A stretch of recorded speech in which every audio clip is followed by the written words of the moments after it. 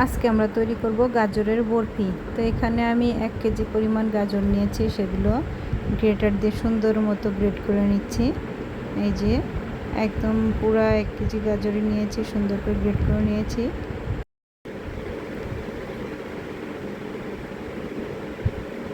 প্রথমত এটাকে কড়াই দিয়ে দেব, চুলায় কড়াই দিয়ে ঘি দিয়ে দেব পরিমাণ মতো। ঘিটা আপনার ইচ্ছা মতো আপনি কিছুটা সাদা তেলও মিক্স করে ব্যবহার করতে পারেন। আমি এখানে পুরোটাই ঘি ব্যবহার করেছি। এর সাথে কয়েকটা গোটা মশলা, লং, এলাচ, তেজপাতা ব্যবহার করেছি। এর মধ্যে দিয়ে দিব গাজরগুলো বেশ কিছুক্ষণ নাড়াচাড়া করে যখন এটা অল্প কমে আসবে, সেখানে আমি গাজরটা সিদ্ধ হওয়ার জন্য দুধ ব্যবহার করবো। এখানে আমি ঘন করে দুধ জাল করে নিয়েছি।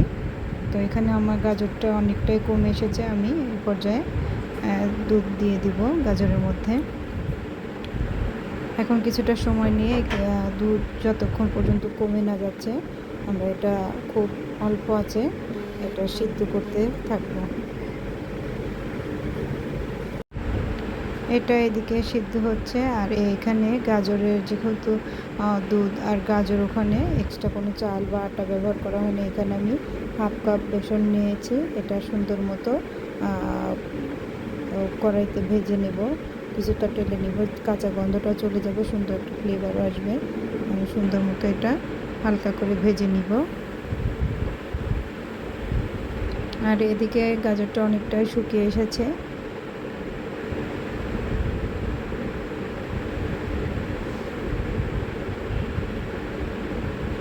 অনেকটাই শুকিয়ে এসেছে। এখন আমি দিয়ে দেব বেসনটা সরাসরি দিলে গুটি গুটি হওয়ার সম্ভাবনা আছে। এখানে আমি চাটনি দিয়ে সুন্দর মতো চেলে দিব, যাতে করে কোনো প্রকার গুটি বা দানা না বাঁধে। সুন্দর মতো আরও কিছুক্ষণ নাড়াচাড়া করব। আবার একটু শুকনো হয়ে আসলে আমরা স্বাদ মতো চিনি দিয়ে দিব। বেসনটা মিক্সড হয়ে গেলে আমরা চিনিটা দিয়ে দেব। দেখেন আমার বেসনটা মিক্সড হয়ে গেছে এবং শুকনো হয়ে আসছে। আমি এ পর্যায়ে স্বাদ মতো চিনি, যে যেরকম মিষ্টি পছন্দ করেন সেরকম চিনি দিয়ে দিতে পারেন। তা আমি এখানে দিয়ে দিচ্ছি স্বাদ মতো চিনি, এবং চিনিটা গলে গাজরের ব্যাটারটা একদম শুকনো শুকনো না হওয়া পর্যন্ত আমরা নাড়তে থাকবো। আর এখানে আমি কিছু বাদাম নিয়েছি, কাঠবাদাম, কাজু বাদাম, আপনি যে কোনো বাদাম ব্যবহার করতে পারেন। এখানে আমি বাদাম ব্যবহার করছি।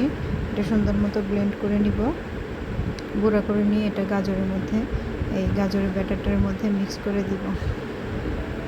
এটা দিলে গাজরের মধ্যে একটা ক্রিমি টেক্সচারও আসবে, খেতে অন্যরকম একটা মজা লাগবে। তো আপনারা চাইলে দিতেও পারেন, স্কিপও করতে পারেন, সাথে আরও ড্রাই ফ্রুট অ্যাড করতে পারেন। তো এটা আমার এখন নামানোর সময় হয়ে গিয়েছে। আমি এখানে ছোট্ট একটা ট্রেতে ঘি মাখিয়ে নিয়েছি, এবং এটা সুন্দর করে সমান করে রেখে দিব এবং ঠান্ডা হওয়ার জন্য। যতক্ষণ না ঠান্ডা হচ্ছে, ঠান্ডা হলে এটা সুন্দর মতো কেটে ইচ্ছা মতো শেপ দিয়ে আমরা পরিবেশন করব। তো উপরেও আমি কিছু বাদাম কুচি দিয়ে দিয়েছিলাম। এখন আমি আমার ইচ্ছা মতো কিছুটা কেটে নিচ্ছি। এই যে দেখতে পাচ্ছেন আমার গাজরের বরফি। তো অনেকে এটাকে হালুয়াও বলে, তো আমি এটা গাজরের বরফিই বলছি।